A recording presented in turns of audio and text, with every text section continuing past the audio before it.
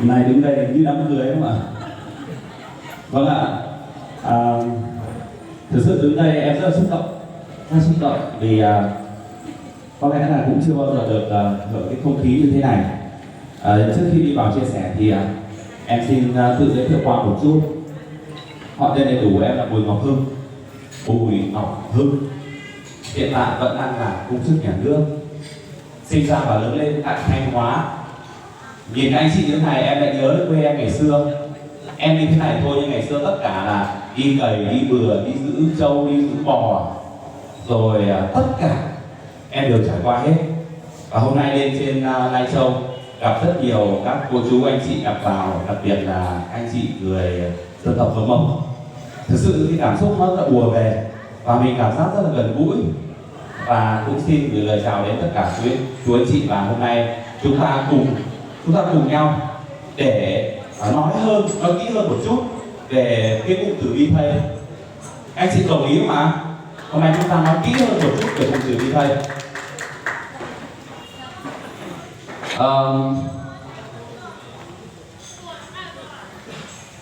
Ở đây 100% chúng ta đều có smartphone, đúng không ạ? 100% đều có smartphone. Đối với riêng bản thân em, ngày đã là sinh viên cách đây 5 năm đấy, em không bao giờ nghĩ là mình lại có smartphone. Và em không bao giờ nghĩ là mình ở đây nhưng mà mình lại gọi điện từ Hà Nội ra Hà Nội, gọi điện sang Mỹ, gọi điện sang Trung Quốc, gọi điện sang Anh. Bởi vì lúc đó mình nghĩ nó là một cái gì đó rất là mơ hồ. Và mình vẫn quan niệm nó là một cái gì ở thế giới khác, chứ không phải có ở trên trái đất này. Anh chị có đồng ý quan điểm đấy không ạ? Cái ngày mà em biết cái smartphone này, em xem trên phim ấy và thấy mọi người vẫn cầm thế này để selfie và chụp ảnh và gọi điện đấy, ngày đấy em vẫn nghĩ rằng là nó ở cái hành tinh khác, một hành tinh khác, chứ không phải ở trái đất này có. Nhưng đến thời điểm bây giờ thì tất cả chúng ta ở đây đang gì ạ? Đang cầm smartphone lên, đúng không ạ? Đang gọi điện khắp toàn cầu. Có nghĩa là chúng ta đang sử dụng cái smartphone của mình để kết nối, để giao lưu, để tương tác. Em đi ra ngoài đường em có thể quên vợ, nhưng em không thể quên điện thoại được. Có ai nghe không ạ? Có mà. Có. Và thế giới của em là thế giới của smartphone. Em đảm bảo rằng là khi buổi sáng ấy, em ngủ dậy thì cái vật đầu tiên em cầm là chiếc điện thoại. Có ai giống em không ạ? Có. Và trước khi đi ngủ cái vật em đặt xuống cũng là chiếc điện thoại. Có ai giống em không ạ? Giống. Và bây giờ chúng ta khẳng định thế giới của chúng ta là hoàn toàn trong chiếc điện thoại, hoàn toàn trong chiếc điện thoại, không thể tách rời chiếc điện thoại. Và trong thời gian gần đây, cái cụm từ vi thây thực sự nó đang làm mưa làm gió ở các diễn đàn. Và em cũng biết rằng ở Lai Châu với tất cả anh chị đang có rất nhiều những băn khoăn về cái cụm từ vi thây, và rất nhiều người đã có những kết quả từ cái cụm từ vi thây, và rất nhiều anh chị đang băn khoăn và không biết nó là cái gì, và mọi người chưa định vị rõ ràng được nó là cái gì để chúng ta mang lại giá trị cho cuộc sống. Thế thì vi thây nó là mạng xã hội. Mạng xã hội, tất cả chúng ta đang tương tác với nhau là mạng xã hội. Anh chị đang quay lại em, đúng không ạ? Đó cũng là mạng xã hội. Chúng ta gọi điện, chúng ta nhắn tin cho nhau, đó cũng là mạng xã hội. Vậy thì vi thây nó giống tất cả các mạng xã hội mà chúng ta đang sử dụng, như là Zalo, như là Facebook, như là YouTube. Nó không khác gì hết. Nó không khác gì hết. Nhưng nó khác duy nhất một điều, đó là vi thây nó ra đời, nó chia sẻ quyền lợi lại cho tất cả anh chị. Chia sẻ quyền lợi, và mình nói ở ngôn ngữ Việt Nam mình, nó chia tiền cho tất cả chúng ta. Anh chị nhé, vi thây này, chúng ta là người sử dụng nó thì chúng ta được công ty chia lại tiền. Tiền là quyền lợi, chia lại cho tất cả mọi người. Và không phải chia lại cho các anh chị ở Lai Châu đâu nhé. 63 tỉnh thành ở Việt Nam, ai sử dụng mạng xã hội này đều được chia hết. Và tất cả các quốc gia trên toàn thế giới nhé, ai sử dụng mạng xã hội này đều được chia hết. Vậy các anh chị ở Lai Châu này chúng ta có làm một mình không ạ? Anh chị không làm một mình. 63 tỉnh thành ở Lai Châu vẫn đang phát triển và sử dụng cái mạng xã hội này. Tất cả các quốc gia trên toàn thế giới, không phải riêng gì Việt Nam. Anh chị nhớ với em nhé, tất cả các quốc gia trên toàn thế giới đang sử dụng và phát triển cái mạng xã hội này. Và chúng ta có cái điều kiện để chúng ta cải thiện chất lượng cuộc sống, chúng ta mang lại giá trị cho bản thân chúng ta. Vậy em khẳng định các anh chị ở Lai Châu để chúng ta đang hòa chung vào cái miền không khí của 63 tỉnh thành trên toàn bộ lãnh thổ Việt Nam, và Việt Nam của chúng ta lại hòa chung vào tất cả các quốc gia trên thế giới đang nồng nhiệt đón chào V-Pay, và chúng ta đang sử dụng V-Pay để chúng ta có thu nhập. Khi chúng ta làm V-Pay, anh chị có sợ không ạ? Anh chị có sợ không ạ? Có vẻ là giao lưu với anh chị hơi khó nhưng tụi em vẫn cứ giao lưu này. Không sao ạ.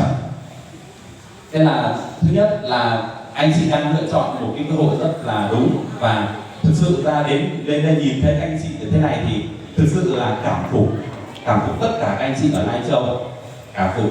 Và thực sự đến thời điểm bây giờ lại thần tượng là thần tượng hạnh đệ, thần tượng vô cùng, rất thần tượng và ngưỡng mộ, bởi vì thực sự ra là đưa một cái sản phẩm công nghệ đến với cộng đồng thực sự là khó khăn, và phải vượt qua rất nhiều những gian truân, thậm chí là phải vượt qua những rào cản, những định kiến, những cái phong tục và sự chống đối của rất nhiều người. Nhưng mà với bản lĩnh và tình yêu và niềm tin của chị Thảo Phương và tất cả anh chị em chúng ta đang gọi là mẹ Phương đấy ạ, thì cái thành công của chúng ta hoàn toàn xứng đáng. Lời đầu tiên em mong muốn tất cả anh chị dành cho mẹ Phương một tràng pháo tay nữa thay lời cảm ơn của em. Thật to đấy ạ, thật to để cảm ơn mẹ Phương.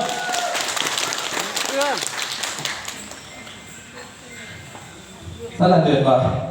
Và một lần nữa em đến Lai Châu, em khẳng định và em định vị lại cho tất cả anh chị, dù là chúng ta xuất phát ở đâu, chúng ta làm bất kể việc gì, chúng ta đến với từ vùng miền nào, dù là anh chị là người thành phố, dù anh chị là người dân tộc, dù anh chị là người đến bất kỳ nơi đâu, thì chúng ta cũng đang lựa chọn một cái công ty rất chuẩn và rất đúng.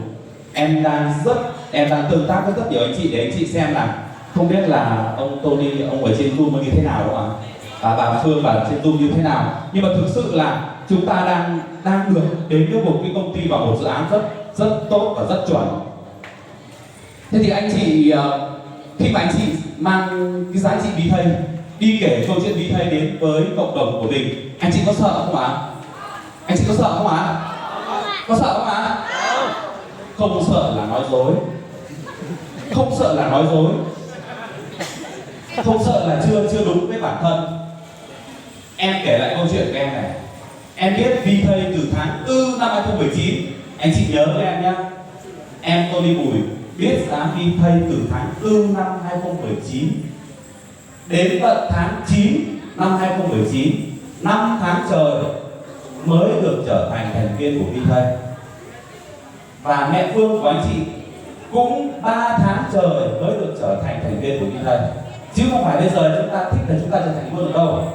5 tháng trời đến với V-Pay, và có hơn 1 năm trời nói về V-Pay, không có bất kỳ một nguồn thu nhập nào, không bất kỳ một đồng tiền nào đấy. 1 năm trời nói về V-Pay. Và đến thời điểm bây giờ anh chị đồng bào người Mông, anh chị ở Lai Châu, chúng ta bắt tay, chúng ta làm là chúng ta có gì ạ? Chúng ta có tiền, chúng ta có thu nhập rồi. Đó là một điều hết sức tuyệt vời. Vậy cái câu chuyện là V-Pay nó đến Việt Nam nó cũng rất là trắc trở. Và những ngày đầu tiên tôi đi Bùi chia sẻ với tất cả những người thân, những người bạn bè mình ở Hà Nội nhá. Chia sẻ ở Hà Nội, chia sẻ cho 100 người thì 100 người phản đối. Họ chửi mình, họ bảo mình gì ạ? Vớ vẩn, họ bảo mình gì ạ? Lừa đảo, họ bảo mình là trong đầu có vấn đề. Họ nhiều người họ bảo là có vấn đề liên quan đến tâm thần đấy. Có nghĩa là họ chưa bao giờ nghĩ sẽ có một cái mạng xã hội mà chúng ta sử dụng lại có tiền. Và đến thời điểm bây giờ sau một thời gian rất kiên trì với V-Pay, thì ở Việt Nam nói riêng và cả thế giới, ai đến V-Pay đều có thu nhập. Anh chị thấy tuyệt vời không ạ? Chúng ta đều có thu nhập hết rồi. Vậy có nghĩa là gì ạ? Anh chị mà trả lời là bây giờ anh chị đi chia sẻ anh chị không sợ đấy, là chúng ta đang nói dối bản thân. Bản thân Tony là những người biết đến V-Pay đầu tiên nhá, mà 5 tháng trời chia sẻ về V-Pay, hoàn toàn họ chửi mình. Họ chửi luôn đấy, chứ họ không nói gì đâu. Họ chửi và họ bảo là có vấn đề. Thế thì câu chuyện ở đây, ở Lai Châu, ở các anh chị xuất phát từ rất nhiều các vùng miền khác nhau. Chúng ta chia sẻ, chúng ta kể về câu chuyện V-Pay, chúng ta bị người thân, những người bạn bè nói chúng ta có vấn đề là đúng. Còn những anh chị nào thực sự có niềm tin, có tình yêu rồi ấy, thì chúng ta chia sẻ câu chuyện của mình thì mới đúng. Chứ còn những ai mà kể câu chuyện của Vi Thây đầu tiên đều bị phản đối. Có ai bị phản đối lúc đầu tiên kể không ạ? Có ai bị phản đối như em không ạ? Giơ tay. Có ai bị không ạ? Giơ tay. Ôi vậy thì các anh chị giỏi quá. Gần như lúc đầu tiên chúng ta tiếp cận về Vi Thây đều bị phản đối hết. Bởi vì sao? Bởi vì là bản thân tôi đi dùng mạng xã hội 10 năm rồi anh chị nhé. Và em tin chắc rằng anh chị dù ở Lai Châu hay dùng đến bất kỳ nơi nào thì anh chị cũng đang sử dụng mạng xã hội rồi. Nhưng mà trong cái đầu của chúng ta đây này, trong cái tư duy của chúng ta đây này, nghĩ rằng là tôi sử dụng mạng xã hội đây rồi nhưng có được chia tiền đâu, đúng không ạ? Và bây giờ lại bảo là có một cái mạng xã hội được chia tiền thì chúng ta sẽ nghi ngờ, chúng ta sẽ ngờ vực và chúng ta sẽ đặt ra rất nhiều câu hỏi. Và chúng ta sẽ chụp mũ cho nó rằng phải chăng đây là dự án lừa đảo. Và rất nhiều anh chị phản hồi rằng liệu nó có chắc chắn hay không, liệu nó có phản hồi hay không. Và em chia sẻ thật là ở VTV1 có đưa dự án Vi Tây của chúng ta là gì ạ? Có dấu hiệu lừa đảo. Và em tin chắc ở Lai Châu và rất nhiều anh chị ở đồng bào dân tộc không cũng đã xem những clip của VTV1 rồi. Nhưng em khẳng định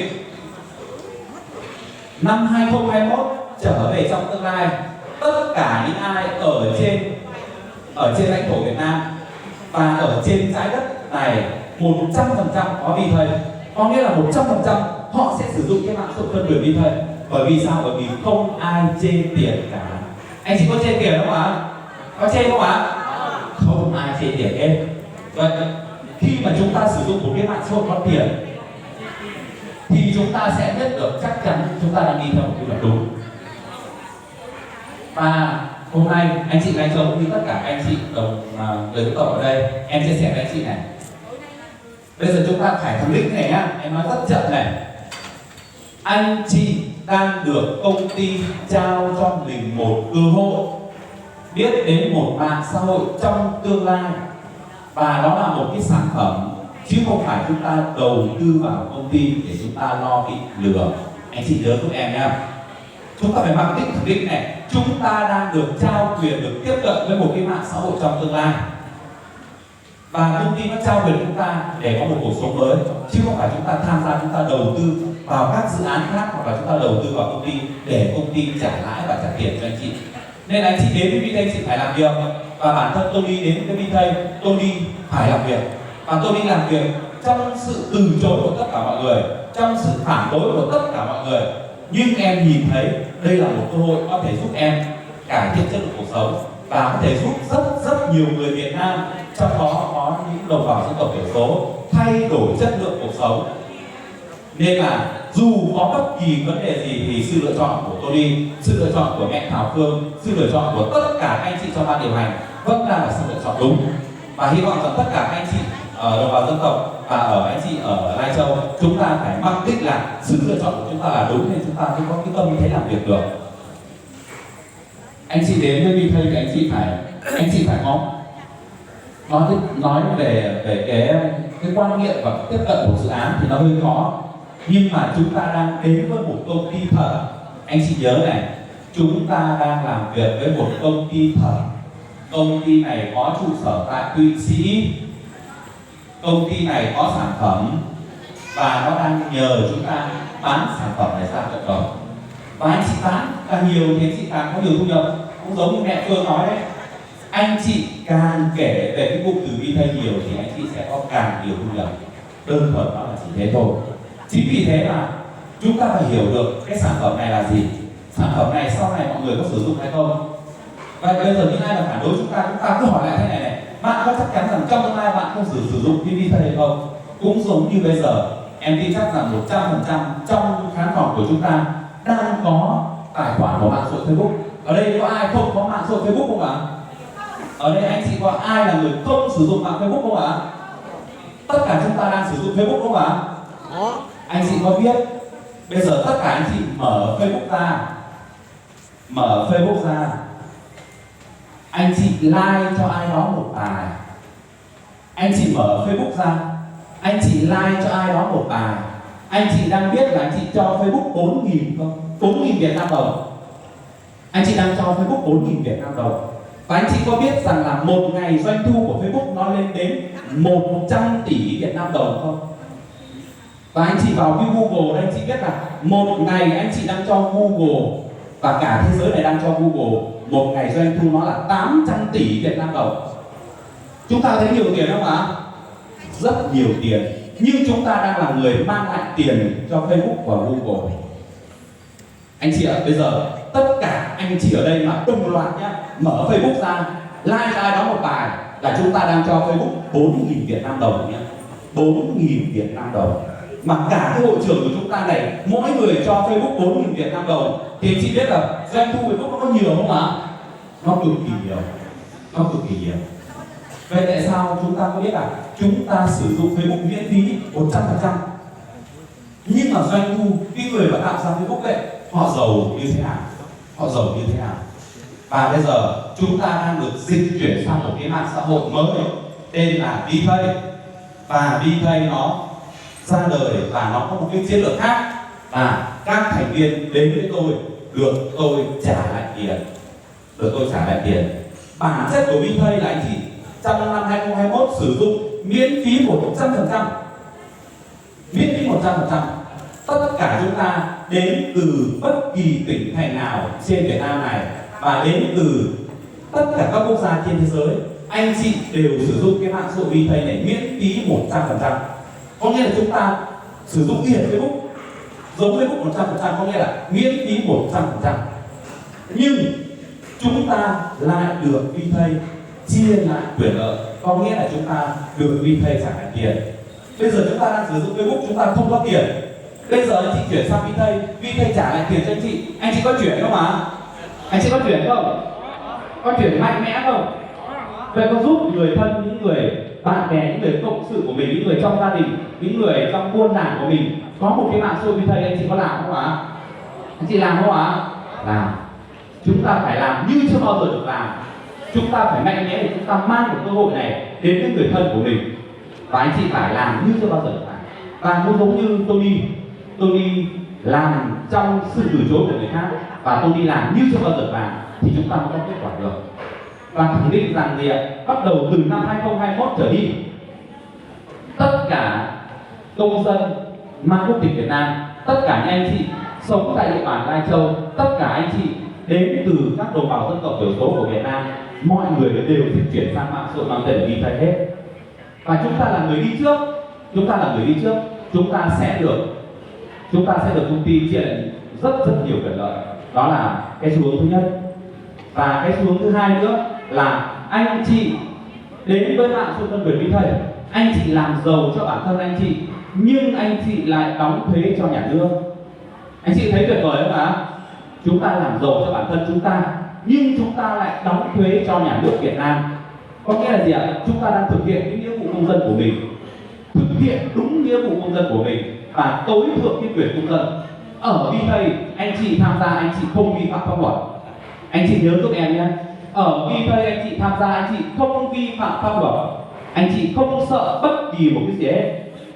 Và chúng ta đang được tiếp cận một cơ hội mới. Cái cơ bản là anh chị có dám đến với VPay, anh chị có dám kể được câu chuyện VPay của mình không thôi. Chứ còn ở VPay anh chị tham gia thì chúng ta không vi phạm pháp luật, không vi phạm lương tâm. Chúng ta không vi phạm lương tâm, chúng ta không lôi kéo, chúng ta chỉ mang cái câu chuyện của VPay đến với mọi người. Còn ai tiếp cận, ai đón nhận, đó là cái duyên và là cái phúc của mọi người. Còn ai từ chối thì chúng ta bỏ qua. Nhưng đảm bảo trong tương lai 100% tất cả mọi người đều sử dụng VPay. Anh chị hiểu không ạ? Nên là chúng ta đến VPay, chúng ta phải ngẩng cao đầu lên, chúng ta làm. Ngẩng cao đầu chúng ta làm. Và chúng ta tự hào. Anh chị nhớ cho em này, anh chị đến đây là chúng ta tự hào vì chúng ta được tiếp cận một cái dự án chắc chắn sẽ xảy ra trong tương lai. Anh chị nhớ cho em nhé. Chúng ta tự hào, bản thân em đây, em tự hào. Bởi vì sao? Bởi vì em trở thành đại sứ của VPay. Em tự hào vì em đang lan tỏa giá trị VPay đến với mọi người. Và em tự hào em đang là công dân Việt Nam đóng nhiều thuế nhất cho nhà nước trong dự án VPay. Anh chị có muốn được đóng nhiều thuế không ạ? Có muốn được đóng nhiều thuế không ạ? Có chứ. Chúng ta giàu rồi, chúng ta phải quay lại xây dựng đất nước. Chúng ta phải quay lại, chúng ta phúc lợi xã hội. Chúng ta thành công rồi nhưng mà chúng ta phải được gì ạ? Chúng ta phải được ghi nhận thì ở Vi Thầy nó giải quyết được tất cả bài toán đó. Và để định vị một vấn đề thứ ba nữa, anh chị đến với Vi Thầy, nếu như ai bảo anh chị là lừa đảo, anh chị cũng nghĩ mình đang bị lừa đảo à? Có bị là mình đang bị lừa đảo à? Nói to là sao nào? Có bị không ạ? Ở đây ai bị Vi Thầy lừa rồi? Ai bị Vi Thầy lừa rồi? Chưa có ai bị lừa đâu. Ở đây ai bị Vi Thầy cho tiền rồi? Ai được Vi Thầy cho tiền rồi? Ai được Vi Thầy cho tiền rồi? Vậy ở đây có lừa đảo không anh chị? Ở Vi Thầy không lừa đảo một tí nào hết. Vi Thầy không lừa đảo. Và nếu như những người thân của mình đang bảo chúng ta đi lừa đảo thì chúng ta bỏ qua những người như thế.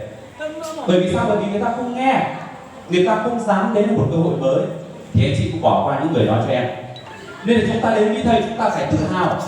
Những anh chị nào mà tự hào ấy, tự hào là gì ạ? Tự hào tôi đến với một cái dự án mà tôi giàu lên, tôi giàu chính nghĩa, tôi giàu bằng công sức lao động của tôi giàu bằng tôi biết một cơ hội mới, thì anh chị mới thành công được. Còn anh chị làm Vi Thầy mà anh chị cứ nghĩ rằng là ôi dồi ôi sợ mất tiền quá, ôi dồi ôi bị lừa đảo, thì anh chị chưa thành công được đâu. Nên chúng ta phải mặc định anh chị phải làm Vi Thầy với tâm thế tự tin. Tự tin thứ nhất là gì ạ? Em biết rằng là ở Lai Châu có rất nhiều anh chị cũng xuất phát từ công chức nhà nước, cũng làm các ngành nghề khác nhau, nhưng anh chị làm anh chị chỉ làm giàu cho bản thân anh chị được thôi. Anh chị không thể giúp cho người khác thành công và không thể giúp cho người khác giàu được. Thì chỉ duy nhất dự án Mạng Xuân Phân Biệt Vi Thầy có thể giúp cho anh chị thành công mà giúp cho người khác thành công được. Rất nhiều người mơ hồ vì bảo sao? Vì bảo là tại sao lại có thể kiếm tiền trên mạng? Bây giờ anh chị cứ vào YouTube, ở đây anh chị người Mông vào YouTube nhiều là em biết, đúng không ạ? Chúng ta thường xuyên xem trên YouTube, và anh chị có biết rằng anh chị vào YouTube anh chị xem là anh chị cho người khác tiền không?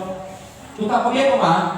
Anh chị cứ vào YouTube xem là anh chị đang cho người khác tiền và họ kiếm tiền từ cách chúng ta xem tất cả những cái sản phẩm ở trên mạng.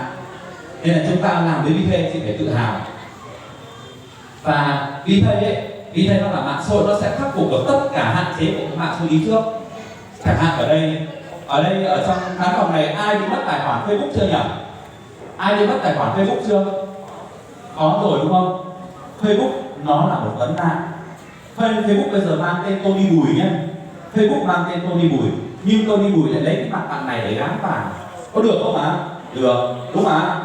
Facebook là mang tên Tony Bùi, nhưng Tony Bùi lại lấy cái mặt của chị này gắn vào cái hình đại diện của em. Có được không ạ? Được. Nên là mạng xã hội Facebook và các mạng xã hội khác chúng ta đang được biết đến, đó là mạng xã hội rất ảo, nó không phải là mạng xã hội thật. Thế thì anh chị đến với Vi Thầy thì anh chị phải chứng minh được gì ạ? Chúng tôi chỉ có một. Anh chị em đồng bào dân tộc hoặc là những anh chị em nào ở Lai Châu thì chúng ta phải chứng minh được gì ạ? Chúng ta chỉ có một và duy nhất thôi. Ở Việt Nam là chỉ có duy nhất khuôn mặt của Tony thôi. Ở Việt Nam chỉ duy nhất có một khuôn mặt của Tony thôi. Không được ai sở hữu khuôn mặt của Tony, mà khuôn mặt của Tony phải trùng với cái chứng minh thư hoặc cái thẻ căn cước đó, nên là không ai có thể lấy được cái tài khoản. Và cái tài khoản của Tony ở trong tương lai nó là một cái giá trị tài sản vô cùng lớn, cực kỳ lớn và rất lớn. Nên anh chị ở Lai Châu hoặc là anh chị là người đồng bào, chúng ta phải bảo vệ nhau và chúng ta phải bảo vệ cái tài sản của mình. Anh chị phải cùng nhau bảo vệ tài sản của mình. Đó là cái tài sản Mạng Xuân Phân Biệt Vi Thầy. Nó không đơn thuần là một cái mạng xã hội, nhưng nó là một tài sản rất lớn. Nên là chúng ta tự hào bởi vì sao? Bởi vì sau này các anh chị em ở Lai Châu và các anh chị em đến từ đồng bào dân tộc miền Mông sau này sẽ được cả xã hội tôn vinh anh chị. Anh chị có muốn được tôn vinh vinh danh không? Có nghĩa gì? Có nghĩa chúng tôi làm việc tôi có thu nhập nhưng tôi lại đóng thuế cho nhà nước, đóng thuế cho chính phủ. Cái điều đó là điều tự hào. Nên là chỉ có những công ty thật, anh chị nhớ em này, chỉ có những công ty thật nó mới giúp cho thành viên hợp tác với công ty đó quay lại đóng thuế nhà nước. Còn nếu như một công ty lừa đảo thì nó chỉ mong muốn kiếm tiền của chúng ta thôi, đúng không ạ? Nó chỉ mong muốn kiếm tiền thôi, làm gì có câu chuyện mà nó cho chúng ta quay lại đóng thuế nhà nước được. Không có đâu anh chị ạ. Đấy. Và chỉ những công ty thật thì nó mới cần những con người thật, và con người thật của chúng ta là ở Việt Nam chỉ có duy nhất ông Tony và chỉ có duy nhất anh này thôi, không có một ông khác thay anh này. Anh chị hiểu mà, nên chúng ta phải xác định gì? Chúng ta đang hợp tác với một công ty thật. Anh chị nhớ cho em nhá, một công ty thật, nên là chúng ta không bao giờ sợ mất, không bao giờ sợ mất. Chúng ta chỉ có được thôi, và được rất nhiều, rất nhiều. Một tháng anh ở đây có thu nhập 10 triệu, chị có vui không ạ? Thu nhập 10 triệu chúng ta có vui không ạ? Có vui đúng không ạ? 20 triệu chị có vui không ạ? 100 triệu chúng ta có vui không ạ? Sung sướng không ạ? 200 triệu có vui không ạ? Vậy anh chị đặt ra cho mình một mục tiêu để chúng ta có nguồn thu nhập là 200 triệu và 500 triệu một tháng không ạ? Có đặt không ạ? Lại cười, lại cười, chưa đặt đúng không ạ? Và em tin chắc rằng năm 2021, năm 2022, năm 2023, tất cả những anh chị, những gương mặt ngồi ở phía cuối cái kìa, những gương mặt ngồi ở phía cuối cái kìa, đều thịnh vượng, có nghĩa đều trở thành những người giàu có, đều trở thành người giàu có. Còn câu chuyện có rất nhiều người hỏi là tiền của công ty lấy từ đâu, đúng không ạ? Tiền công ty lấy từ đâu? Thì đó là một chiến lược kinh doanh rồi, chiến lược kinh doanh. Đấy. Còn chúng ta thanh khoản và chúng ta làm như thế nào để có tiền thì đó là phạm trù, là công việc của anh chị. Anh chị cứ làm và chúng ta sẽ có tiền. Anh chị bán cái sản phẩm ViTech nhiều thì anh chị sẽ có nhiều tiền. Nên chúng ta khẳng định rằng gì ạ? Chúng ta có Mẹ Phương, chúng ta có Tony Bùi, và chúng ta đang lựa chọn một dự án rất đúng. Anh chị nhớ cho em này, anh chị đang lựa chọn một dự án rất đúng và rất chuẩn, rất chính xác. Một quy luật không thể phủ nhận được và không thể đẩy lùi được, đó là năm 2021 trở đi, những ai mà phản đối chúng ta, em nhắc lại này, năm 2021 trở đi trong tương lai, những ai đang phản đối chúng ta 100% sẽ quay về sử dụng ViTech hết. Anh chị nhớ giúp em nhé, nhớ câu em nói chậm này. Năm 2021 trở đi trong tương lai, những ai chê chúng ta, những ai chửi chúng ta, những ai mắng chúng ta, những ai dọa chúng ta, những ai dọa chúng ta 100% sử dụng mạng ViTech hết. Anh chị ạ, anh chị có tự hào khi chúng ta là người biết trước mà họ chửi chúng ta, sao họ quay lại họ sử dụng không? Anh chị nghĩ được là anh chị có sướng không ạ? Rất sướng anh chị.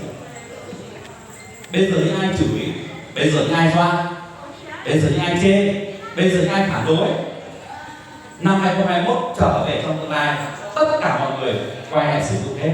Và quay lại họ sử dụng thì họ hỏi ai? Họ hỏi tất cả chúng ta, đúng không ạ? Họ phải hỏi tất cả chúng ta. Vì nếu không có chúng ta thì họ vĩnh viễn sẽ không bao giờ biết được một cái mạng xã hội lại chia lại tiền. Anh chị nhé, nên là chúng ta đến với đây chúng ta phải tự hào. Anh chị làm tự hào lên, anh chị đang không vi phạm, không vi phạm bất kỳ một lĩnh vực nào hết. Dù đó là những chính quyền, dù đó là lực lượng chức năng, anh chị không vi phạm bất kỳ một điều gì hết. Và chúng ta đang lựa chọn một công ty thật, có một sản phẩm thật. Anh chị tham gia ở đây, anh chị sẽ thực hiện cái vụ đơn của mình là tôi đóng thuế cho nhà nước. Anh chị thử hỏi là những người xung quanh của mình, những người chửi chúng ta đấy, những người chê chúng ta đấy, những người cản đường chúng ta đấy, họ đã đóng thuế cho nhà nước chưa? Đúng mà, họ chưa đóng đâu, họ chưa nhận thức được đâu anh chị ạ. Nên là chúng ta đang hợp tác với một công ty thật và một công ty đúng, và cần những con người đúng như anh chị. Anh chị phải là người đúng, anh chị phải là làm việc, anh chị phải là kể nhiều câu chuyện ViTech, anh chị phải bán nhiều câu chuyện ViTech để trao quyền cho những người cùng huyết thống của mình, những người trong làng của mình, để mọi người biết về ViTech, để sau này mọi người đỡ vất vả hơn, anh chị ạ. Còn chúng ta có một cuộc sống thịnh vượng, chúng ta giàu có là ViTech nó trao hết cho chúng ta rồi. ViTech đích vị nó là một cái mạng xã hội được chia tiền, còn ai đến với nó trước thì được chia sớm và chia nhiều, còn ai đến với nó sau thì được chia rất ít, sẽ được chia rất ít. Nên bắt đầu từ năm 2021 trở đi, em nhắc lại câu này, nhắc đi nhắc lại nhiều lần. Những ai đang chửi chúng ta, ở đây ai biết chửi không ạ? Anh chị đi đến đây ai bị chửi không? Có không ạ? Có ai chê không? Có ai mắng không? Ai dọa không? Dọa nha, ai dọa không? Chắc chắn là có. Có hết. Chắc chắn là có. Và từ năm 2021 trở đi, tất cả những người để chửi, để dọa, để mắng chúng ta đều sử dụng vi thầy hết. Các anh chị có sướng không? Quá sướng. Có tự hào không? Tự hào. Đến lúc đó họ đến với vi thầy thì chúng ta là những người đã thành công rồi. Anh chị đã là người có thu nhập rồi thì đến lúc đó anh chị rất là tự hào. Em nhắc lại, chúng ta đến vi thầy chúng ta phải tự hào vì chúng ta đang hợp tác với một công ty thật. Và anh chị đến với thầy chị có thu nhập, anh chị lại nộp thuế cho nhà nước, nộp thuế cho nhà nước mình ấy, và nộp thuế đỉnh cao luôn. Những người bình thường chưa nhận thức được đâu. Và anh chị vào đây anh chị đang là những con người rất tuyệt vời, vô cùng tuyệt vời anh chị ạ. Đặc biệt là anh chị đồng bào dân tộc, em không phân biệt dân tộc nha, nhưng mà thực sự rất là tuyệt vời, vô cùng tuyệt vời. Và trong tương lai những anh chị ở Lai Châu, những ai biết đến cái từ vi thầy mà hợp tác vào sau ngành vi thầy thì chúng ta sẽ là người rất thành công, rất hạnh phúc và rất giàu có. Nhớ nhé, rất giàu có. Còn những ai mà giúp đỡ được nhiều người thành công ấy, bây giờ anh chị cứ đi giúp nhiều người thành công, cứ kể nhiều về câu chuyện vi thầy thì sau này anh chị sẽ được tất cả những người đó quay lại cảm ơn, họ sẽ không chửi chúng ta nữa, họ sẽ không mắng chúng ta nữa, họ sẽ không dọa chúng ta nữa, và họ sẽ quay lại họ cảm ơn anh chị ạ. Nên là chúng ta phải xác định được là anh chị đang hợp tác với một công ty thật, có sản phẩm thật, và công ty này rất chuẩn và chất lượng. Như bản thân em và mẹ Phương ở đây đang biết mình đang đóng bao nhiêu thuế, đang biết mình đóng bao nhiêu thuế, nên là mình tự hào vô cùng, rất tự hào. Còn những người chê chúng ta, những người chửi, những người dọa chúng ta, họ chưa nộp đồng thuế nào hết đâu, nên là họ không biết chúng ta đang làm gì đâu. Chỉ anh chị ở đây mới biết chúng ta đang làm gì.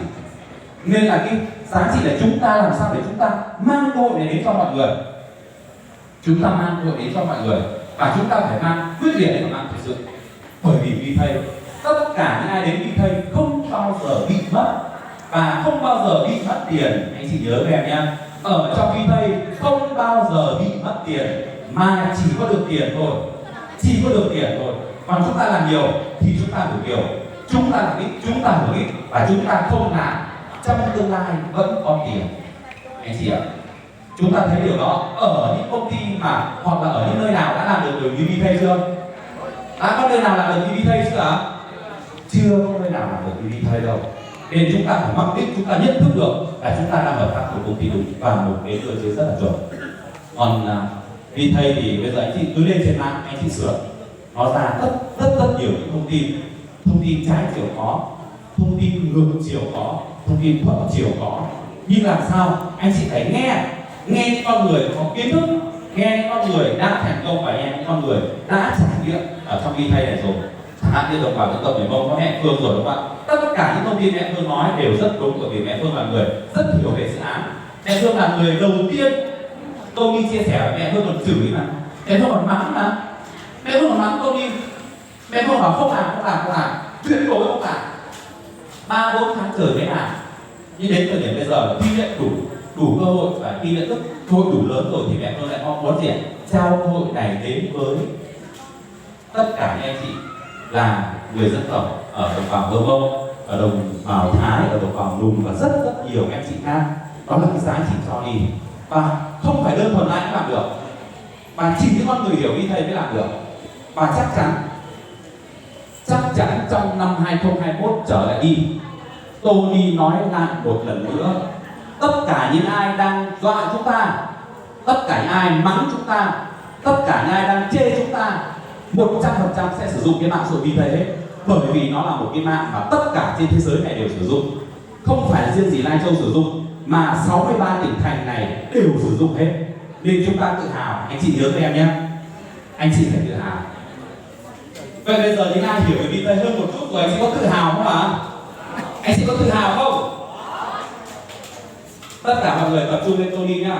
Tony hỏi này, những anh chị biết về vi thầy rồi, anh chị có tự hào không ạ? Có tự hào không? Hô to một lần nữa, anh chị có tự hào không? Tự hào thứ nhất này là anh chị dám đến với một cái mới, đúng không ạ? Anh chị dám đến một cái mới, mà anh chị đến với một cái mới thì anh chị mới có thu nhập, anh chị mới cải thiện chất lượng cuộc sống. Tự hào thứ hai là anh chị dám gieo duyên và cho mọi người cơ hội, đúng không ạ? Tự hào thứ ba là anh chị đang thực hiện đúng nghĩa vụ công dân của mình, là anh chị đang đóng thuế nhà nước, nên chúng ta đến đi thầy chị làm rất nhiều cái hương tuổi cảm xúc khác nhau.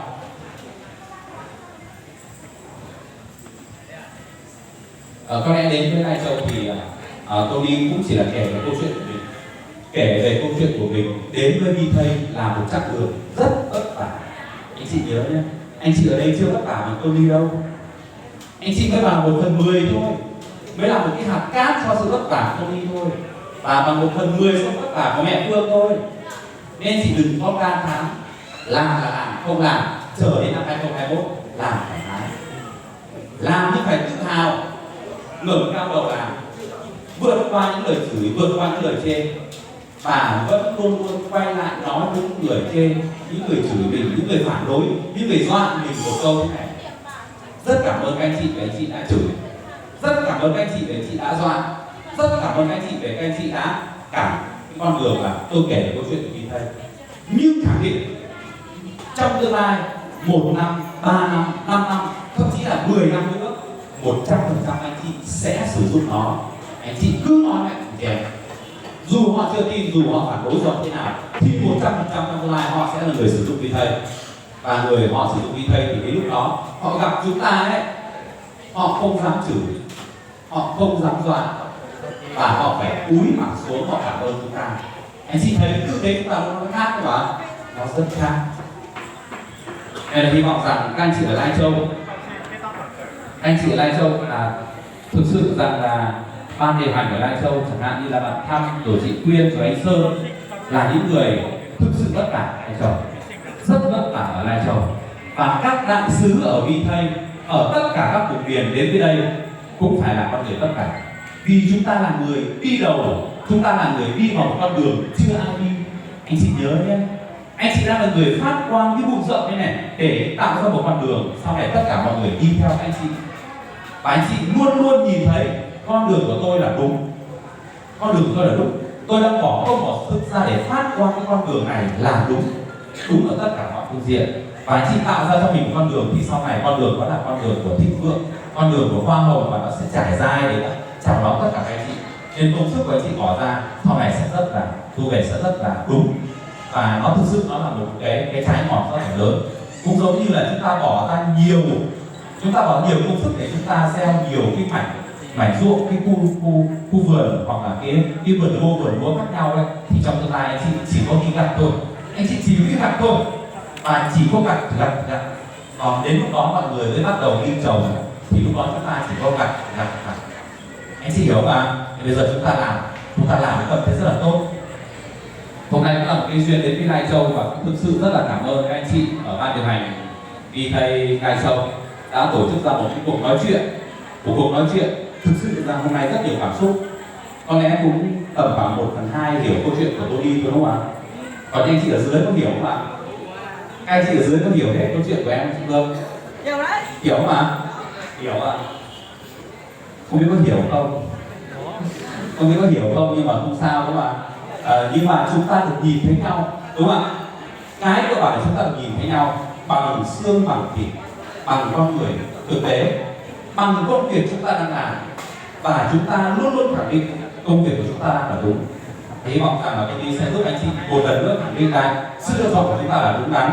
Và cũng rất cảm ơn những anh chị mà đã vượt qua hàng trăm cây số từ các tỉnh khác đến với Lai Châu, từ Yên Bái, từ Lào Cai, rồi từ Điện Biên đến với Lai Châu, và rất nhiều người đã bỏ một chút thời gian công sức để đến với sự kiện, để nghe câu chuyện của Tony, để thấy cái mặt ông Tony là gì, và để thấy mặt trực tiếp của mẹ Phương là gì. Cảm ơn các anh chị, và chúc tất cả chúng ta, chúc tất cả các anh chị ở Lai Châu chúng ta mạnh mẽ. Anh chị có mạnh mẽ không? Chúng ta mạnh mẽ nhá, mạnh mẽ và quyết liệt, mạnh mẽ nhưng phải quyết liệt, đúng không ạ? Mạnh mẽ quyết liệt, và chúng ta làm với cái tâm thế tự hào. Anh chị cứ ngẩng cao đầu lên chị làm, cứ ngẩng cao đầu lên làm, và làm với tâm thế rất là hạnh phúc. Cứ kể cái câu chuyện của Vi Thầy, và chỉ cần 1 năm sau nữa thôi, chắc chắn khi quay lại Lai Châu thì tất cả gương mặt ở đây sẽ khác. 100% các gương mặt ở trong ngày hôm nay một năm sau sẽ rất khác, anh chị nhớ nhá. Còn khác như thế nào thì một năm sau chúng ta quay lại chúng ta gặp nhau. Anh chị có cam kết một năm sau nữa chúng ta lại có mặt ở đây để gặp nhau nói về câu chuyện Vi Tây mà? Có cam kết không? Nhớ nhá, đến lúc đó là cả cái hội trường này tầng trên tầng dưới không còn chỗ nào để cho con tụng trống là chúng ta ngồi nữa. Bởi vì đến lúc đó gì ạ? Cả xã hội ngoài kia kìa, những ai chê chúng ta, những ai phản bác chúng ta, những ai phản đối, những ai dọa chúng ta này phải vào đây hết. Có được không ạ? Được. Nhiệm vụ của anh chị nhé, đúng không ạ? Chúng ta đến với một tâm thế tự hào và chỉ có anh chị mới làm được điều đó thôi. Và Vi Tây đang chọn mặt của đảng, nghĩa là đang kỳ vọng vào tất cả chúng ta. Anh chị thành công thì công ty mới thành công được. Còn công ty thành công thì công ty mới có tiền để trả cho anh chị được, đúng không ạ? Nên chúng ta đừng nghĩ rằng chúng ta chỉ có một mình, chúng ta hợp lực giúp công ty thành công và anh chị thành công. Cảm ơn tất cả các anh chị và nhường lời lại cho MC. Anh chị nào mà có thắc mắc hoặc như thế nào thì có thể là gặp gỡ riêng. Có lẽ là cái buổi chia sẻ của em chỉ mang tính chất nó gần gũi, em kể về câu chuyện của mình thế thôi. Anh chị nhé, 1 năm sau hoặc 6 tháng sau, Lai Châu tiếp tục tổ chức một sự kiện thế này nữa. Đến lúc đó là hội trường này sẽ không đủ chỗ, để cho mọi người ngồi. Và đến lúc đó chúng ta đến là chúng ta chỉ có cười thôi, được chưa? 6 tháng sau anh chị đến, chúng ta đến với nhau, đến lúc đó chúng ta chỉ có cười thôi. Anh chị không sợ nữa, anh chị không ngại nữa, anh chị không bị dọa nữa, đúng không ạ? Chúng ta đến với nhau chúng ta chỉ cười và đến lúc đó chúng ta đến với nhau chúng ta sẽ hạnh phúc. Cảm ơn tất cả anh chị và xin chị một tràng pháo tay nữa để các em.